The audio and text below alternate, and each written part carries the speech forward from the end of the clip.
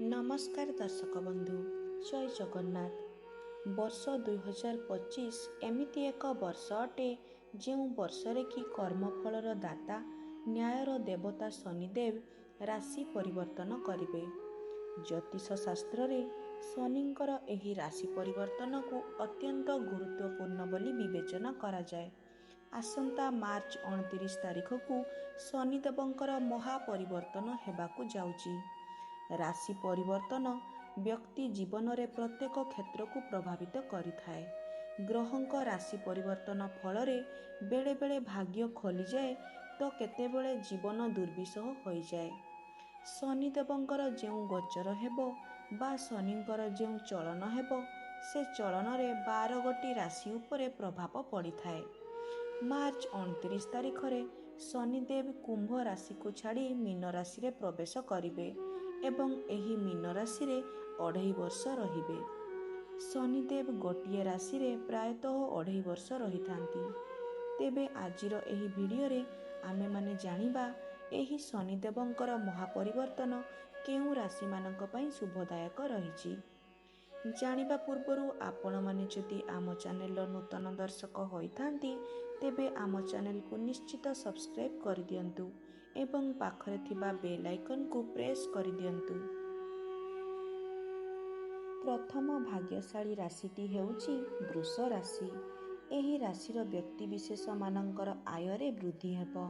संतानक सह जड़ित सुख प्राप्ति हेबो। टंका निवेश करी लाभवान हेबे।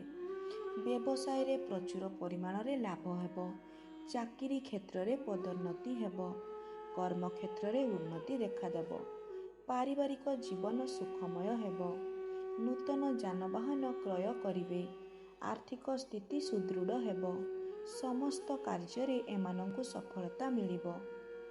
द्वितीय भाग्यशाली राशिटी हेउची मिथुन राशि।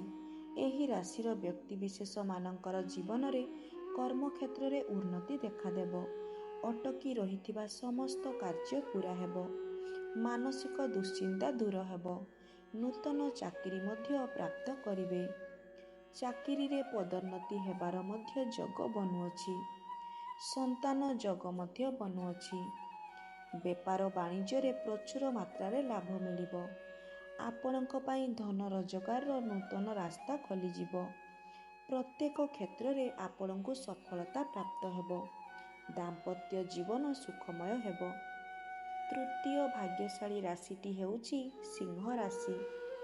मीन राशि रे शनिंक प्रवेश परे 2.5 वर्ष धरी सिंह राशिर व्यक्तिंकर जीवन रे कौनसी अभाव रहिबो नाही। कुबेरंक आशीर्वाद पाइबे सिंह राशिर व्यक्ति।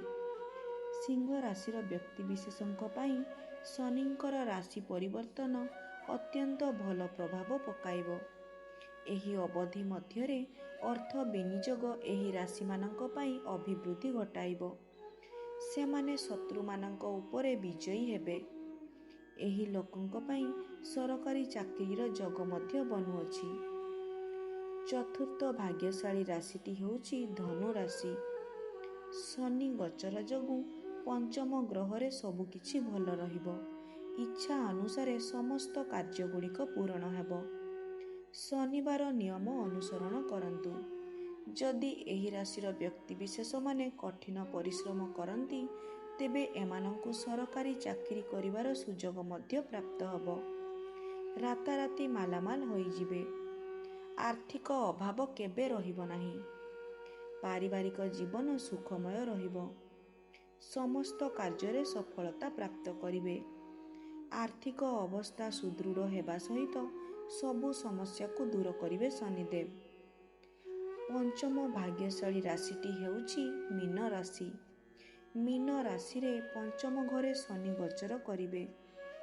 एही समय छात्र छात्री मानक पई बेस शुभ फल प्रदान करिवो। जेउ माने बेरोजगार थिले सेमानंकु तांकर मन मुताबक चाकरी प्राप्त हबो।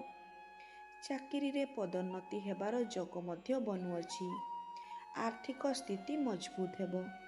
पारिवारिक जीवन सुखमय हेबो। अटकी रहिथिबा समस्त कार्य पूरा हेबो। तेबे बंधुगण ଏହା ଥିଲା ସେହି 5ଗୋଟି ଭାଗ୍ୟଶାଳୀ ରାଶି ଯେଉଁମାନଙ୍କର ଭାଗ୍ୟ ବଦଳିବାକୁ ଯାଉଛି। ଯଦି ଆପଣମାନଙ୍କୁ ଆମ ଭିଡ଼ିଓଟି ଭଲ ଲାଗିଥାଏ ତେବେ ଭିଡ଼ିଓକୁ ଲାଇକ୍ ଏବଂ ସେୟାର କରିଦିଅନ୍ତୁ। ଧନ୍ୟବାଦ।